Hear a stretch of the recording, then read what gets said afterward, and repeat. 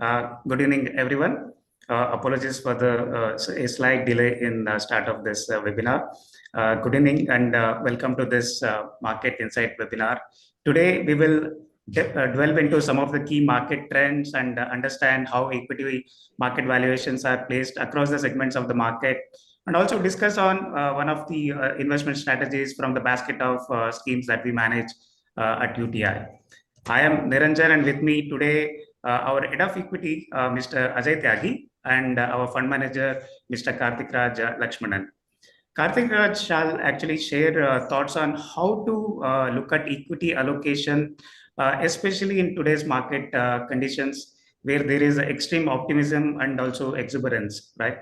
So we will also talk about of one of our flagship fund, which is UTI Large Cap Fund, popularly known as UTI Master Share Unit Scheme, which is in existence for more than 38 years and creating wealth for its investors in such a long period of time. Before Karthik Raj take over, so I will now hand it over to our head of equity, Ajay Tyagi, who will actually give us his initial remarks on the markets. Thank you, and over to you, Ajay. Thank you, Niranjan, and welcome everyone for this Market Insight session. I will request Niranjan to bring up the PPT on the screen. I thought with a lot happening globally, it's important for us to see how the different economic vectors are behaving in the US. What are the valuations of the US market, and what does that mean for allocation into equities globally? What does that mean in general for risk on versus risk off? So to start with, we would look at the data on unemployment, and there is a good and a bad takeaway from this chart on the left hand side. Of course, the unemployment data, as you can see on the extreme right of the left hand side chart, is starting to tick up. Never a good news. Increasing unemployment is usually a sign of economic activity weakening, and possibly people can interpret this as the early signs of US headed into a recession. If not a recession, then at least a soft landing. The positive takeaway from the very same chart is the fact that many of the equity participants have been waiting for interest rates to actually start coming down from their highly elevated level, highest in the last 30 years, I would say. And as interest rates come down, all other things remaining the same, it's obviously a positive for valuations of equities in general, and it's generally positive for risk on. So I would say both interpretations from the same chart. We will have to see which one overweighs the other in the coming months. As of now, our view here is that US possibly would skirt a recession, may manage a soft landing, and with interest rates coming down, in general, it should be positive for risk or equities as an asset class, and it should also be positive for the growth part of equities. The chart on the right hand side is telling us a similar story, by the way. It is telling us about drop in employment activity. Nothing to really worry at this juncture is what I would say. The drop is small right now, just below the neutral mark. But this is also going to be one of the data points that Fed is going to study and possibly affect or starting to affect interest rates from September. Yeah. The not so happy picture, though, in terms of the markets in the US is the valuation at which they are trading. As you can see here, we have a 20-year chart, both for S&P 500 on the left-hand side. Let's take that first. And as you can see, against a 20-year average of 18.5 times, S&P 500 today is trading at around close to 25 times. So clearly a 30% kind of premium to long-term averages.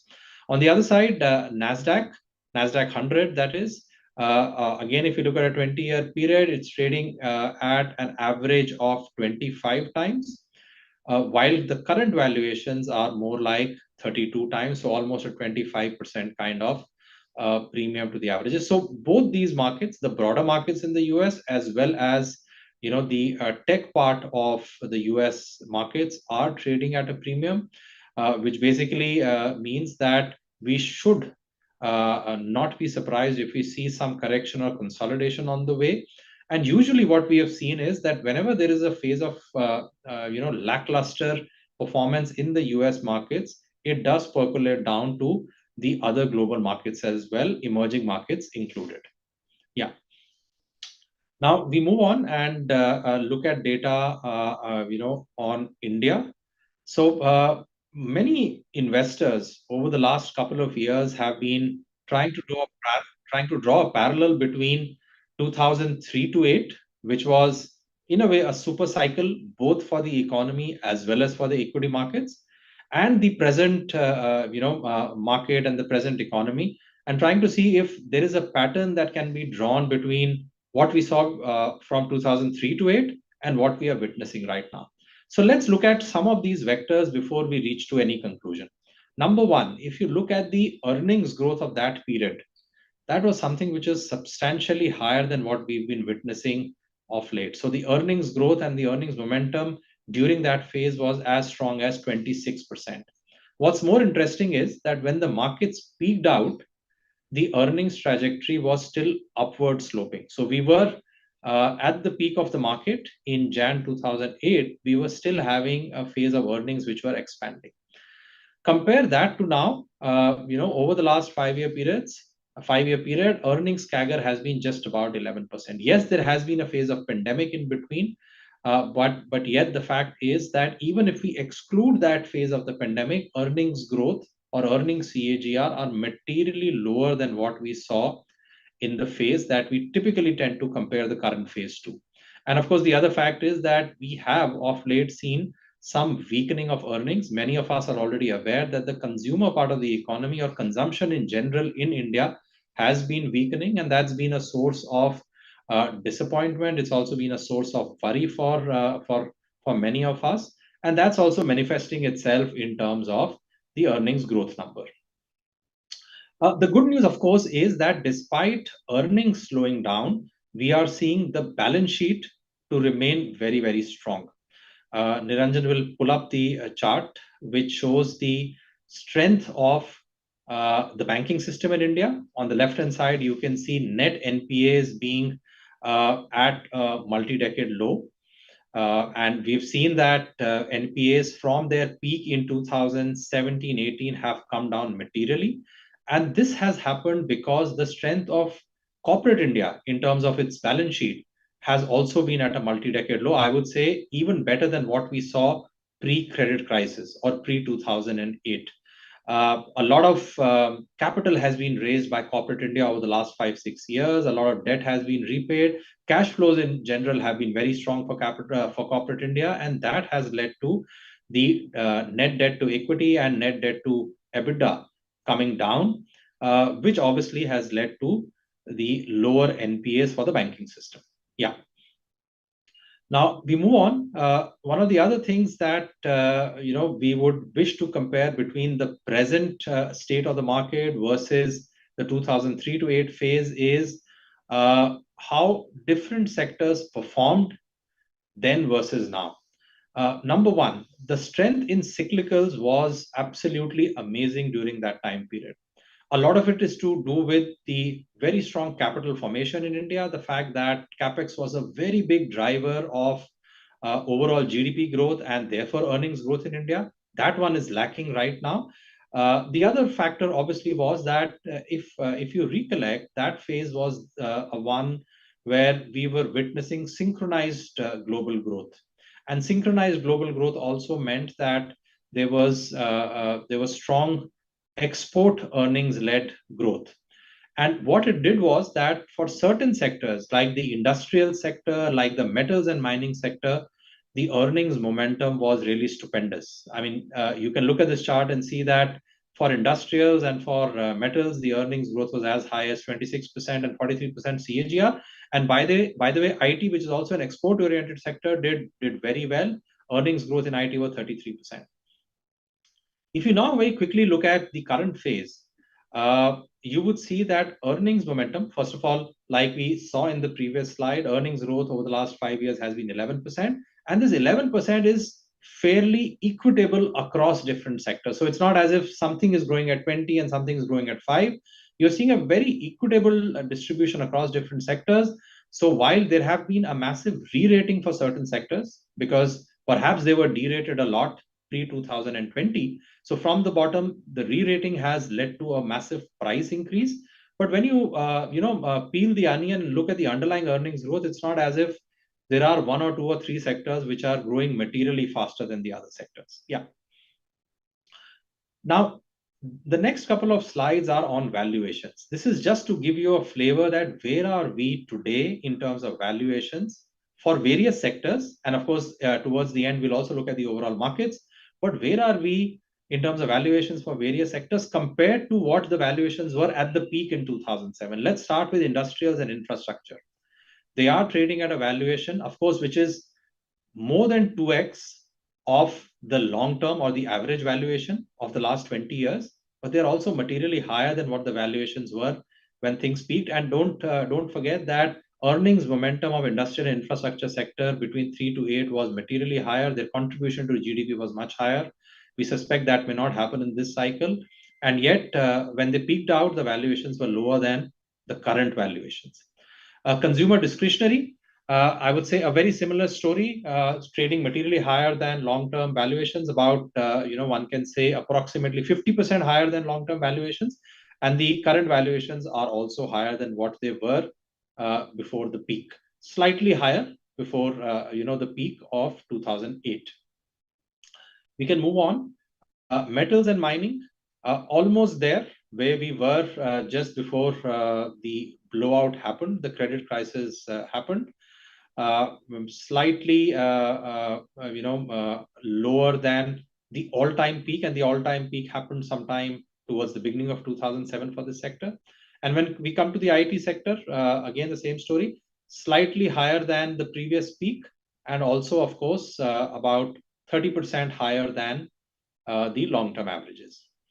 If we now look at the markets, and we're talking here about the broader markets, we'll segment the broad markets into large, mid, and small in some of the charts later on in this presentation. But if you look at the broadest market indicator, which is BSE 500, it's again the same story. Markets are trading significantly higher than long-term averages. I would say approximately 45% higher than long-term averages, but also higher than the peak valuations pre-2008.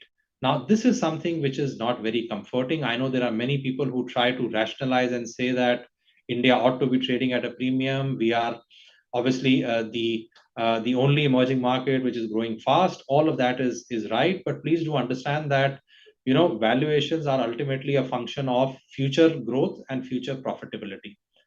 Neither future growth nor future profitability is going to be materially different from what the expectations were in 2006, 7, and 8. So to that extent, to rationalize and say that a valuation of 23 or 24 times is justified and it will continue and this will persist, to our mind is wrong interpretation. We will see valuation sliding down. Can we be trading higher than 16 times? Possibly, yes. Should we be trading at 24 times? Our answer is certainly no. Yeah. We'll move on now, and we'll cover a topic which may be of interest to many of you, which is the yen carry trade. A full session possibly is required on the yen carry trade, but I will just make one or two passing comments here. Number one, yes, yen carry trade did benefit India over the last couple of years, just like it did benefit India between 2016 to 17 or 15 to 17. And there have been phases of this yen carry trade, if you see, over the last 2 decades. The last such strong phase was 16 to 17 before the yen carry trade tapered off. And as a consequence, markets in all those countries which benefited because of the yen carry trade did consolidate and did see a correction also. In fact, Indian markets did see a correction between 18 to 20, particularly in the mid and small cap segment where a lot of this money went. By the way, research also shows that over the last year and a half, a lot of money on account of the yen carry trade has gotten into Indian mid caps. First of all, a lot of this money has gone into two major economies around the world. Number one, US, and within US, large caps and tech companies. Number two, in India, and particularly into mid-cap companies. With the yen carry trade reversing, there is going to be pressure on this part of the market, which actually benefited, when the carry trade was favorable and was, benefiting this part of the market. Yeah. Let's now drill down into market valuations. First of all, before we go there, the same picture hasn't changed much. India continues to be a darling for global investors, and of course, the money that is being domestically put into the Indian markets just continues to remain strong, and that's why Indian markets across time periods have actually been one of the best performing markets. Yeah. If we move on, while markets have got re-rated, like we have seen in the previous charts, and markets may be expensive, but part of the reason for the markets to go up has also been earnings strength.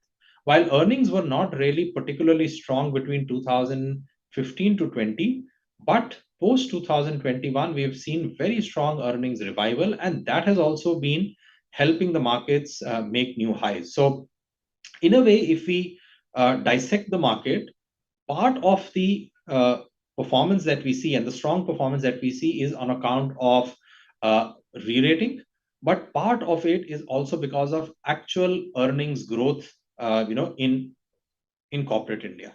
Yeah. And expectations for earnings growth continue. We are expecting about 15% earnings growth in this financial year and another 15% earnings growth in the next financial year, which is FY26. Earnings outlook has also remained stable to slightly positive. Yeah. Now let's quickly cover the three broad segments of the market and look at where the valuations are. Let's start with large caps. This is that part of the market which is the least expensive, but I will have to use the word expensive for each and every segment of the market. Nothing is cheap right now. Everything is expensive. It's just that on a relative basis, something is more expensive and something is less expensive. We find large caps to be the least expensive part of the market. They are trading at about 20 to 30% premium to their long-term averages when we view them from either a price to book value or price to earnings perspective. Yes, higher than average, but relatively still better off compared to the other segments. The one segment where we find the valuations to be, I can use the word outrageous, is the mid-cap part of the market, which is basically what you see in front of yourself right now. Let's first look at the price to book value. And don't be surprised when you see a gravity-defying line on the left-hand side chart, which has moved all the way to 4.33 in terms of price to book value multiple, with the average of the last 10 years being just about 2.4. So we are trading at about 80% premium to our long-term average. When it comes to price earnings multiple, by the way, it's no different here. Mid caps are trading again at approximately 90% premium to long-term averages. And by the way, do mind, these are forward estimates for earnings, which basically means that these numbers are after considering strong earnings growth. Earnings growth expectations still remain very, very strong. And despite those forward estimates, the earnings or the price earnings multiple, I would say, is still very high. Small cap part of the market, which is next, showing a similar trend, slightly better than mid cap part of the market. And over here, if you see, on a trailing price to book value perspective, valuations are double that of the long-term average. 3.69 or 3.7 is what the valuations are. When you look at price earnings multiple, slightly better than mid caps, but we have seen this multiple times in the past. We often go wrong in terms of earnings estimates for smaller companies. So it could well be the case that we are building in very high earnings expectations from small caps, which may be belied in the future. But yes, the fact is that small caps too are trading between 80 to 100% of their long-term averages, which is, to our mind, a disturbing sign. Yeah. So when it comes to the overall market, the other way to look at this is yield gap. Yield gap is favoring fixed income right now, like it has favored fixed income over the last 2 years. But of course, to that extent, I would say this call has gone wrong, because equities continue to do much better than fixed income, although the yield gap chart has been showing that one should be putting more money into fixed income incrementally versus equities. Yeah. And this last chart is basically the interplay of large caps versus mid caps. This chart basically tells you that over the long term, there is parity between mid caps and large caps. Basically, large caps trade at a very small premium to mid caps, just about 2.5%. The green phase on the right-hand side is the current phase, where mid caps have been trading at 24% almost premium to large caps. So what ought to be a 2.5% discount to large caps is now a 24% premium to large caps. And that, to our mind, also means that in the coming years, on a relative basis, large caps should do better than mid caps. So to summarize all of this, I would say, in short, US economy is showing signs of slowdown, and therefore conditions are just ripe for rate cuts.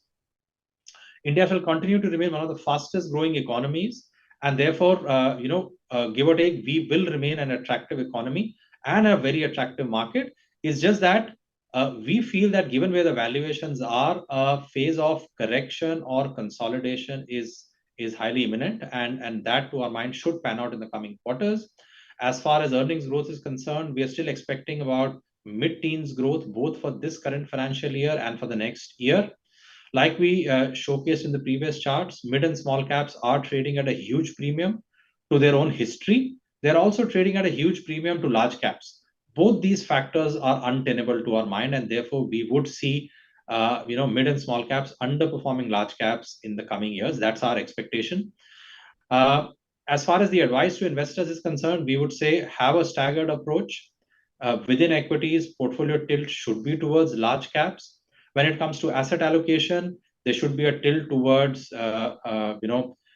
fixed income. And the best way we feel to approach this is through the balanced funds, like the Balanced Advantage Fund or the Multi-Asset Fund. These are the two best vehicles to play the present state of the market. And the best thing about these funds is that they increase allocation into equities dispassionately. They typically go against the tide when markets are falling, and therefore equity allocation ought to be increasing. They indeed do that.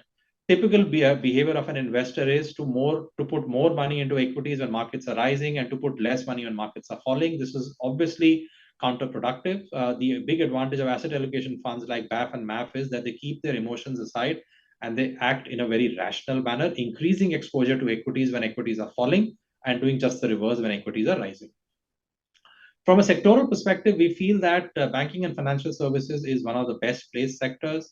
Within this, private sector banks are still trading at very attractive valuations as against the overall valuation of the market.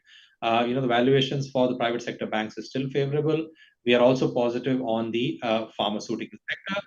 For those who want, to take a very longer term investment horizon, we have a thematic fund in the UTI stable called UTI Innovation Fund, which invests into innovative companies across different sectors like fintech, like health tech, like insurance, like the chemical space, and so on. So it's really looking at companies which are innovative with a 360-degree kind of a view across sectors. Of course, the fund may remain volatile, but this is a fund which tries to capture those high growth companies which are really using a very innovative business model, which hopefully can create value significantly over the long run. So I'll pause here. I can come back for questions after Karthik is done with this session, but right now I'm just passing on the baton to Karthik for his take on the markets and more particularly on the UTI Large Cap Fund. Thanks, Ajay. Good evening, everyone. Like Ajay mentioned, I'll take you through large cap and also just to take forward what Ajay did mention in his presentation as to why large caps are expensive, but still the preferred one within the overall space compared to mid and small cap. First, UTI Large Cap, the fund is run with a GARP style and a focus on competitive advantage. And we typically have about 50 odd stocks, the range being 40 to 60. We generally have around 50 odd stocks with good high conviction bets, as well as some of the exposure to non-benchmark names having a little smaller exposure as well. The benchmark is BSE 100, and we'll talk about this fund in detail after I cover why large caps at this point in time. So if we see the 5-year rolling CAGR returns for large caps versus a mid cap or small cap, what we see is that the divergence is at its peak because the mid and small caps have significantly outperformed in the last 4 years. And that's where the gap between the yellow line and the blue and gray lines are at its widest point, except for 2017. What it means is that large caps have significantly underperformed compared to mid and small caps. And there is a high chance that there is a mean reversion, that is, the large caps outperform the mid and small caps. If we go to the next slide, on a rolling return, 5-year rolling returns basis, the last 15-year data, what again comes out is that the large caps on a risk-adjusted basis fare almost in line with mid caps. So the Sharpe ratio is almost comparable with mid caps, while small caps actually are inferior because of their higher volatility and not commensurate higher returns. So their returns on an average is about 14 odd percent compared to 13% for large caps and 17 for mid caps. If we go to the breakup of Nifty 500 into large, mid and small, large being the top 100 companies, mid cap being the next 150 and small caps being the remaining 250. What we see is pre-COVID large cap exposure was almost 78% of Nifty 500. That has dropped to almost the lowest level of around 70% at this point in time. If we compare even the last decade, the highs were as much as 82%. That is, the top 100 companies explained almost 82% of the market capitalization of Nifty 500. That is dropped right now to 70%. Again, here it indicates probably there is likely to be a mean reversion in the future. If we go to the next slide, what we are saying is that across sectors, what we've seen over the last 13 years period, if we take FY10 to FY23, the big have gotten bigger. Not all big might be large caps, but in most of the cases, the big companies could be large caps. So if we take banks, the top 6 have continued to gain market share, and the incremental market share is as high as 80%. Same case for NBFCs. Cement, again, we've been continuously seeing consolidation through inorganic routes and as well as capacity expansion. So the top 5, which accounted for 35%, today account for almost 58%. Similar stories for steel, aviation, telecom, paints, insurance, and so on. So just kind of hinting that the large have continued to gain share. That is, they've grown faster than the industry itself. So it's not a case of mid and small caps because of their favorable base growing faster than the industry. In most cases, the reverse has happened. And to that extent, the large have actually outperformed the mid on small in growth when we look at this last decade and a half. If we go to the next slide, what we are saying is that companies which have had more than 15% CAGR over a period of 10 years, maybe, I mean, these are the multi-baggers, so to say. So what we see is that large caps, which are represented by the blue portion of the each of the bars, are also well represented compared to mid and small caps. Point being that for multi-bagger or high returns, it's not only the mid and small caps that contribute, even some of the large caps have actually given high returns. And if we see the reverse of this, the companies which have given negative returns or got delisted, again, here we see that the mid and small caps together are higher compared to large caps. That is to say that the risks of companies giving negative returns or getting delisted or being acquired is far higher higher in mid and small caps compared to large caps.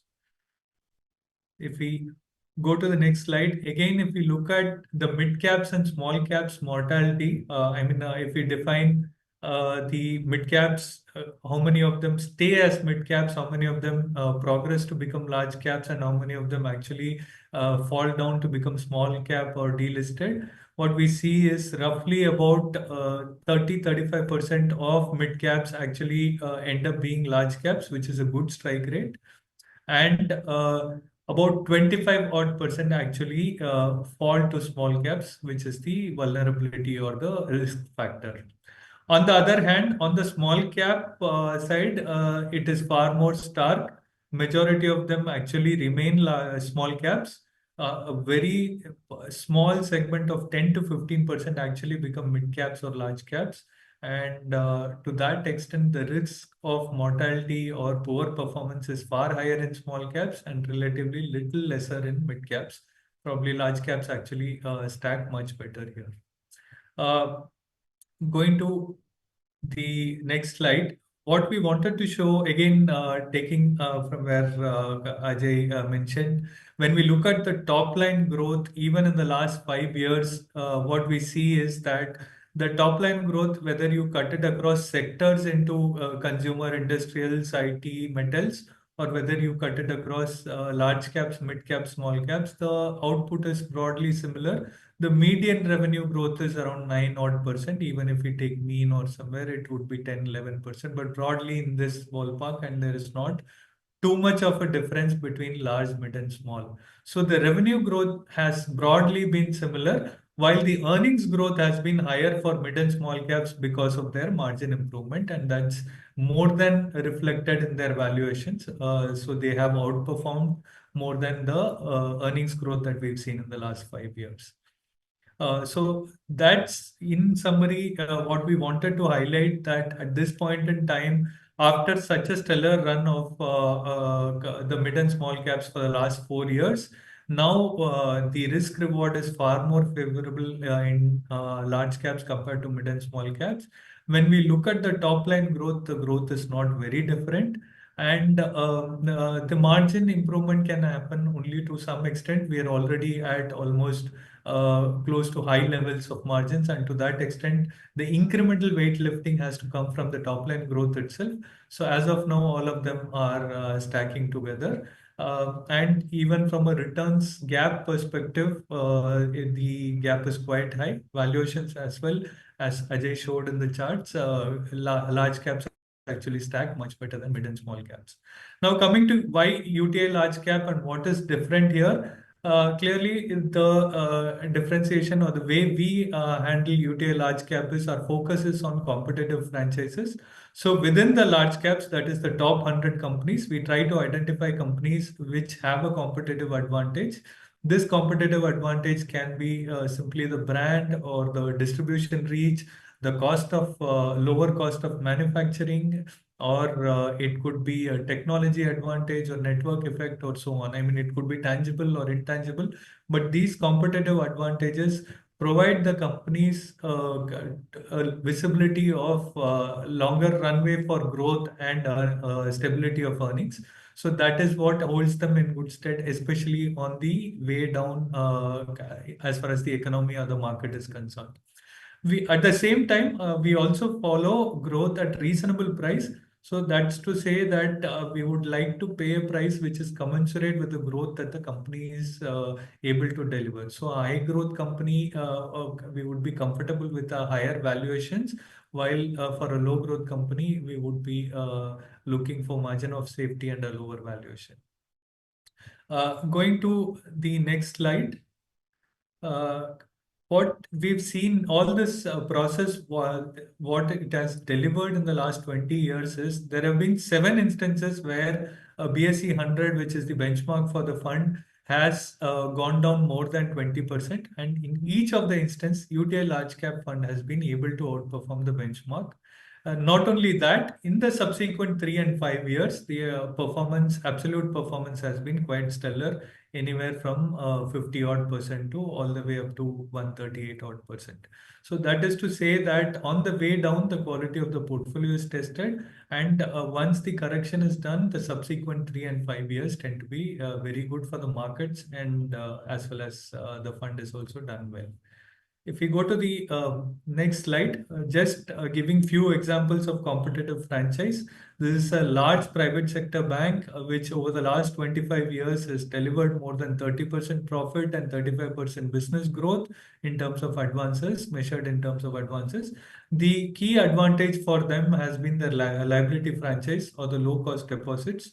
The current accounts and savings account that have a lower cost of funding helps them not to take too much risk on the asset side, and to that extent curtail the credit cost and still maintain good profitability. So that has helped them to continuously gain market share over the last 2.5 decades, which is reflected in their business growth and the stock price performance. Coming to one more example on the banking side, this was a turnaround story in 2018. It had similar features like the first bank, but it had an issue of credit cost, because of which the valuations were subpar and the return ratios were subpar. Once that credit cost issue got over, from there we've seen that this bank is also kind of improved its metrics, and the return ratios have improved significantly, and the valuations have kind of been upgraded or re-rated accordingly. So to that extent, this was a turnaround story within the portfolio, which is kind of rewarded. Just to show that in both the cases there was competitive advantage. The first one was more of a growth story, while the second one is more of a turnaround story. Coming to other examples, I mean, a large value retailer, the clear advantage for this value retailer is ability to provide the day-to-day grocery at the lowest possible price to the customer, and to that extent still maintain a significant market share or gain market share profitably. So that's been the biggest USP for this value retailer. While again, taking one more example on the pharma side, the generics business goes through a huge pricing pressure. So that's where we looked at a company which has focus on specialty pharma, where the pricing pressure is far lower. So we looked at a company which has been continuously increasing its specialty pharma proportion in the overall US sales.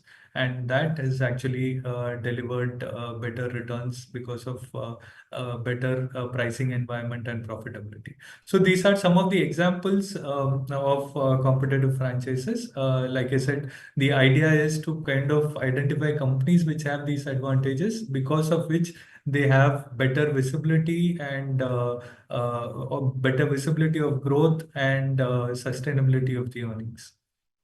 If we go to next slide, in the last 3 months, or even we have the 1 year before portfolio weight as well, the key changes has been our auto overweight is turned into an underweight. The last couple of years, auto, the cycle has turned around. The volume growth has come in passenger vehicle, commercial vehicle, two-wheelers, and we've seen that reflect in the valuations of the companies as well. And now that the valuations are full and the cycle is probably maturing, we've actually taken off some profit, sticking to the growth at reasonable price. And that's where from overweight, we've come to underweight over the last 1 year period. Other than that, we continue to be overweight on, say, the private banks and insurers within the financials, because that is where we believe the valuations are still comfortable. And this is one sector where the growth is far higher than the industry, and the industry itself is growing in line or better than the nominal GDP. So that within the financial services, we've been overweight on the private banks and the insurance, the private insurance space. Other than that, our large weight continues to be IT, where we've been overweight for the last couple of years. maybe a little too early. Post the underperformance in 2022, we had actually added up, but things have still been a little difficult. It's only in the last few quarters there is some hope of recovery. But these are companies with quality franchises and very strong cash flows and ROICs, and to that extent, we've continued to hold on to that IT.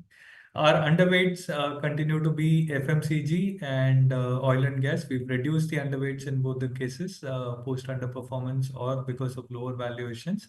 But still, we continue to do that. As far as consumer as overall space is concerned, while the entire consumer space is expensive, what we find is that the opportunity is a lot more on the consumer durables and retail, which is classified in consumer services, compared to pure staples or FMCG, where the growth is also lower. So we believe the discretionary side, the growth can be higher compared to the staples or FMCG side. So that's where we are overweight on that discretionary space and underweight on the FMCG side.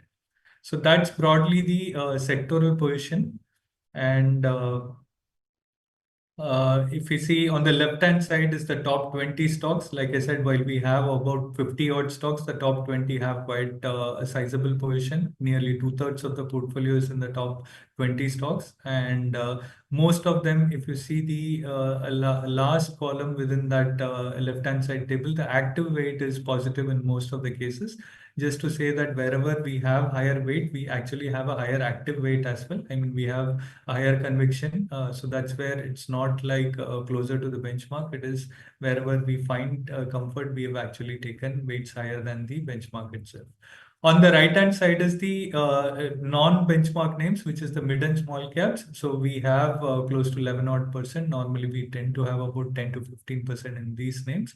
These are also the same filtered stocks, I mean, same competitive advantages and growth at reasonable price. And many of them are held for long periods of time.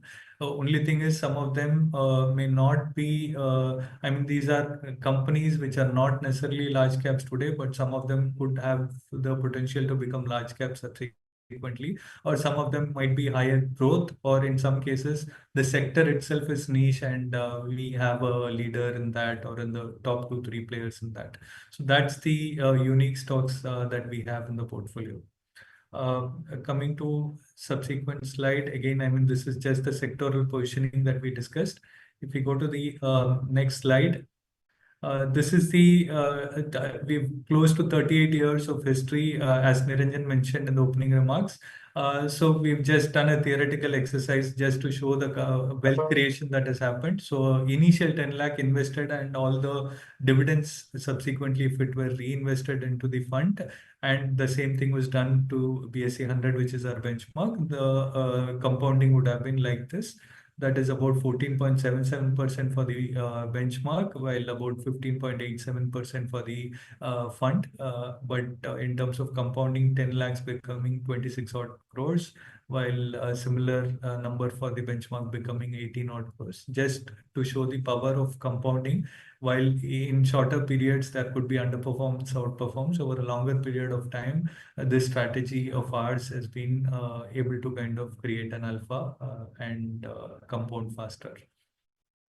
Coming to the last slide, so to say, the rolling returns of large cap, if an investor invests for 1 year, 3 years, 5 years, or 10 years, what we're trying to say is if an investor invests for 1 year, the chances of negative returns are almost 19.9%. The similar number keeps on going down to 2% for 3 years, and 5 years it's almost zero, and 10 years is actually zero. And the other way to look at it is over 8%. I mean, simply taking that as probably a fixed deposit proxy. The chances of over 8% returns keeps on increasing as the time horizon of the investor increases.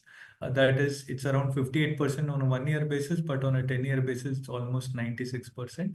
So just to say that, I mean, longer the investor remains with the fund, it is actually far positive on the returns. So with that, I'll stop and hand it over back to Niranjan for questions. Yeah, sure. Thanks a lot, Karthik, and also Ajay for a detailed overview on the markets and also our strategy, UTI Large Cap Fund. So, in the next 10-15 minutes or so, we will take Q&A. While some of the questions have already come in, so I request our viewers to keep posting their questions on the chat box. So let's try to capitalize most in the next 15 minutes. So here is the first question to you, Karthik. So the fund actually continues to have a substantial underweight in FMCG, right? So at the 3.5%, while that underweight has been reduced from say 6.5% last year, right? So the demand expectation is likely to remain strong in premium segment of the market. At the same time, the demand from rural economy continues to be sluggish. So, which are the pockets you are betting on and why? Right. So FMCG overall, over the last decade and a half, the valuations have moved up significantly. These are superior ROC companies with very strong moats. Without doubt, they have a strong competitive advantage. The problem has been that the growth has been kind of coming off. Whether we measure it in terms of volume growth or the overall top line growth, that has been kind of coming off. Especially in the mass and the mid segment, we've seen that many of these companies have had lower growth. Where we see opportunity, like you mentioned, is premiumization is a trend.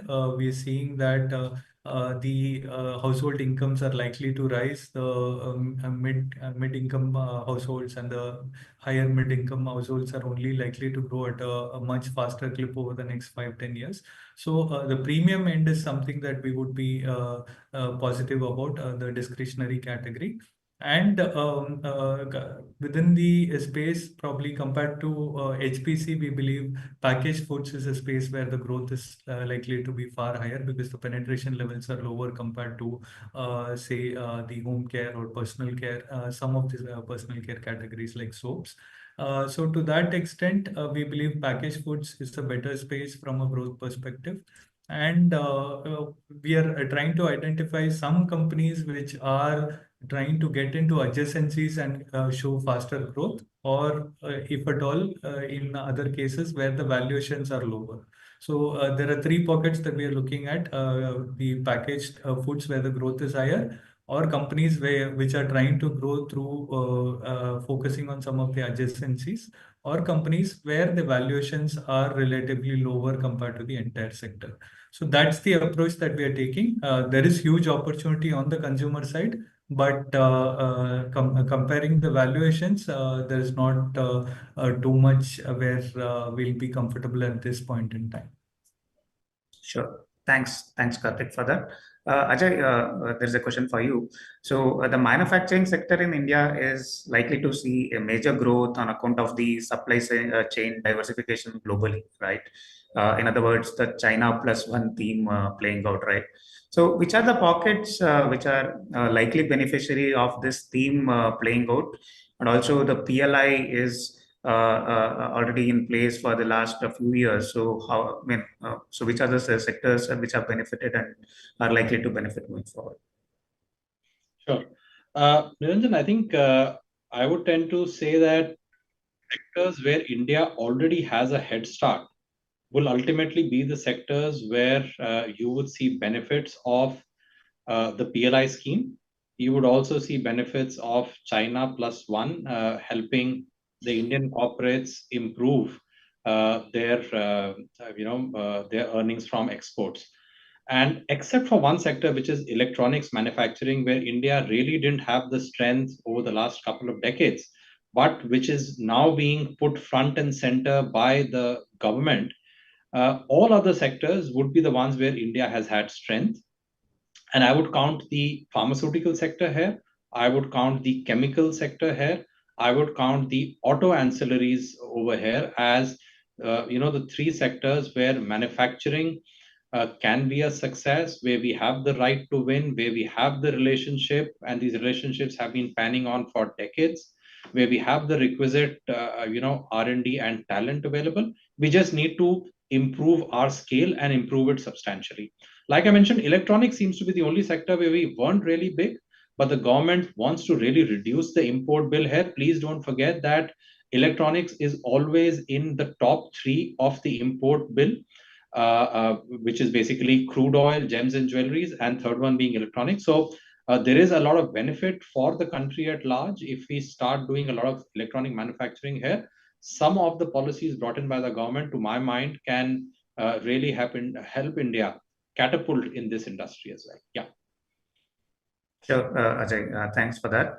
Karthik, one question to you. So the recent tweaks from RBI in terms of the changing liquidity coverage ratio framework to meet the liquidity risk of banks seems to have put the banks, particularly which are having higher retail deposits, right? So on the spot. So how is this likely to impact the profits of the bank and also the private banks, which have been lagging behind the PSU banks for the last couple of years?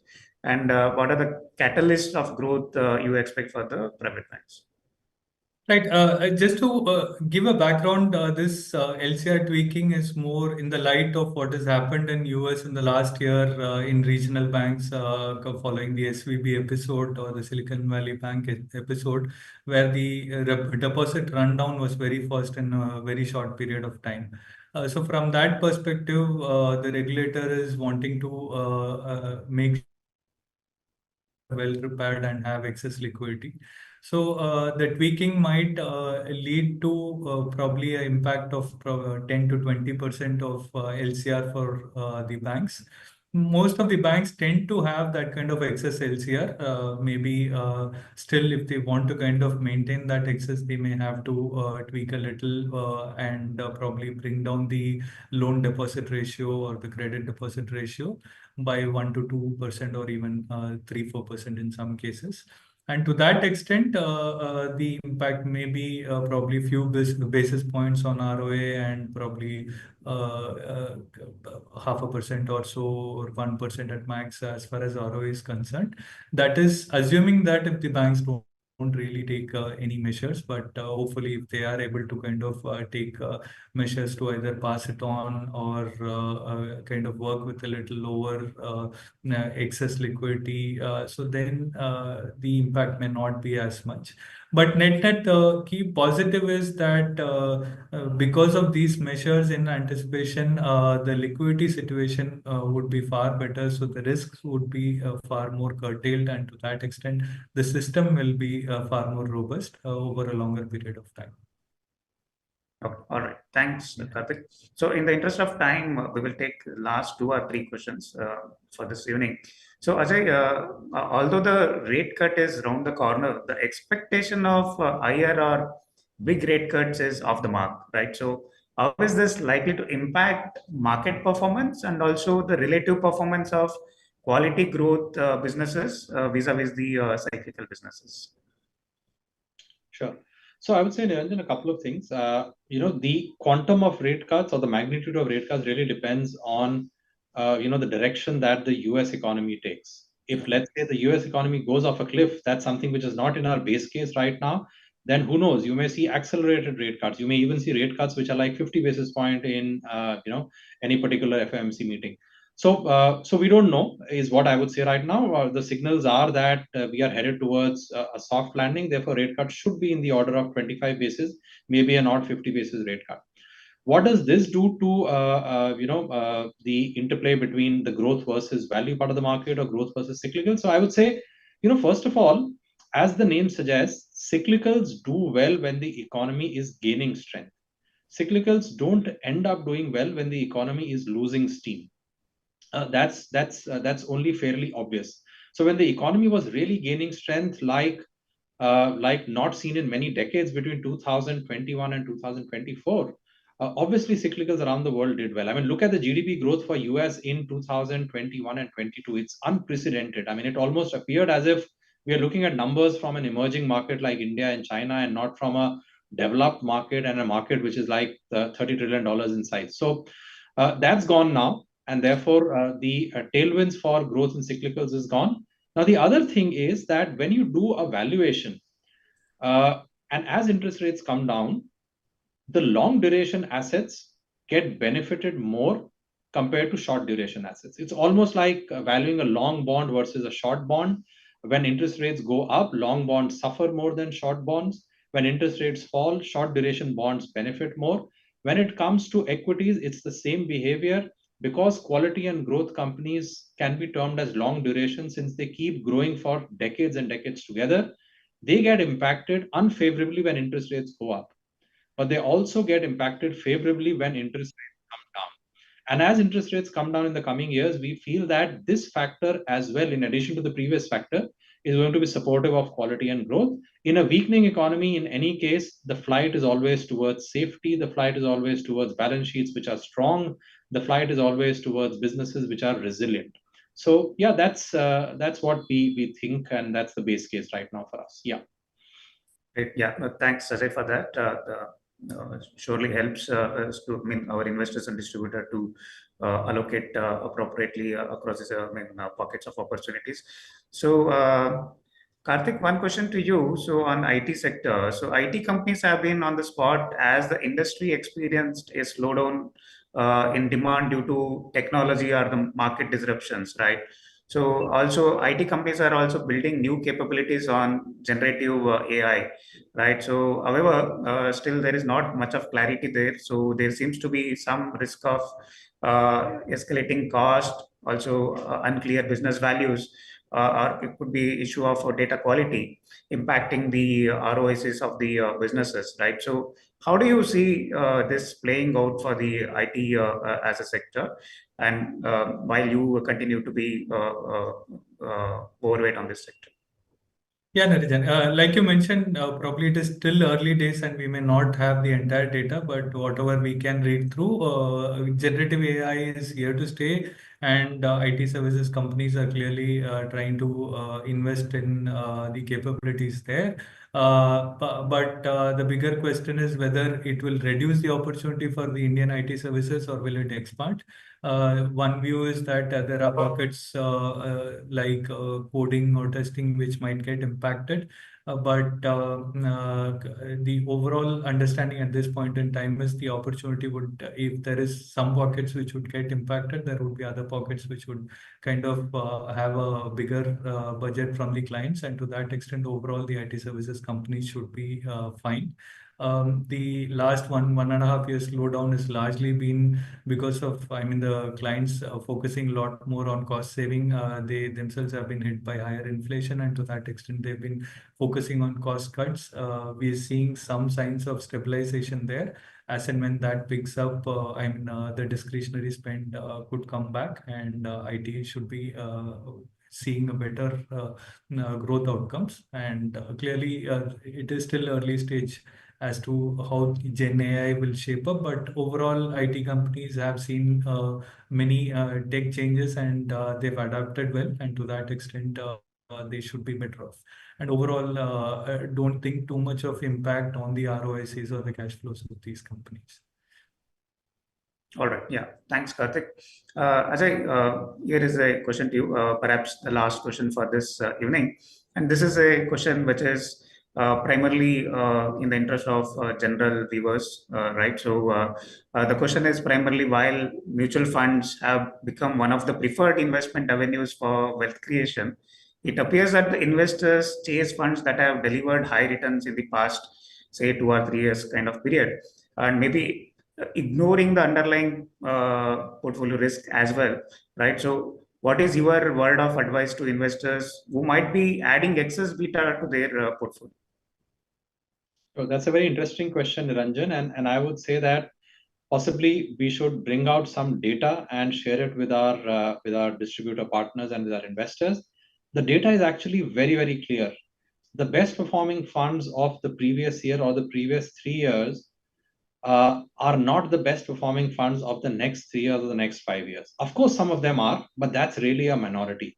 In fact, like markets keep changing their preferences in terms of certain quarters and certain years, one particular sector does well, but the same sector actually may do very poorly in the subsequent years and quarters. For instance, in certain time periods, mid caps do well, but then these very mid caps do very poorly in the subsequent time periods. Likewise, when you do an analysis of funds in any category, you would see that the winners of a particular year are not necessarily the winners of the next particular year. You see, what's important for any investor is to actually get under the hood, try and see the portfolio of various funds, gain conviction by the consistency of thought process of that fund manager, and then finally, answer this question that, look, which of the style is the one that resonates with my own thinking, and which is the one that I as a distributor or as an end investor would want to own. Consistency is very important here, but the word consistency is usually used only in the context of returns, never used in the context of the thought process and the investment process, and therefore the final texture of the portfolio.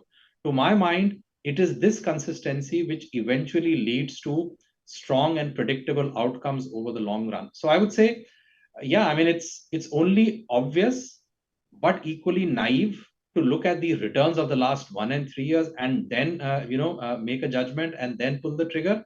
It obviously requires much more, and beyond this, it requires a full scrutiny of portfolios. It requires a full scrutiny of thought process of the fund manager managing it. And I think this is where large distributors who are now doing all of this hard work and heavy lifting to speak to fund managers, try and understand their process and their thought process and their strategy, stand to gain versus others who are just looking into the rear view and then taking a decision. Yeah. Sure. Thanks, Ajay, for sharing such a valuable piece of information. So with that, I think we have reached towards the end of the webinar today. So thanks, Ajay, Karthik Raj, and also our viewers for your active participation and sharing your questions to Ajay and Karthik. And if any of you have missed any part of this webinar, so and wish to view, the same shall be available on our YouTube channel. So you may go back to our channel at any point in time and revisit the webinar. And finally, a request to our viewers. So please use the feedback link available on the screen to share your feedback on today's webinar. It will be an immense help. With that, thanks everyone, and have a good evening. Thank you. Thank you.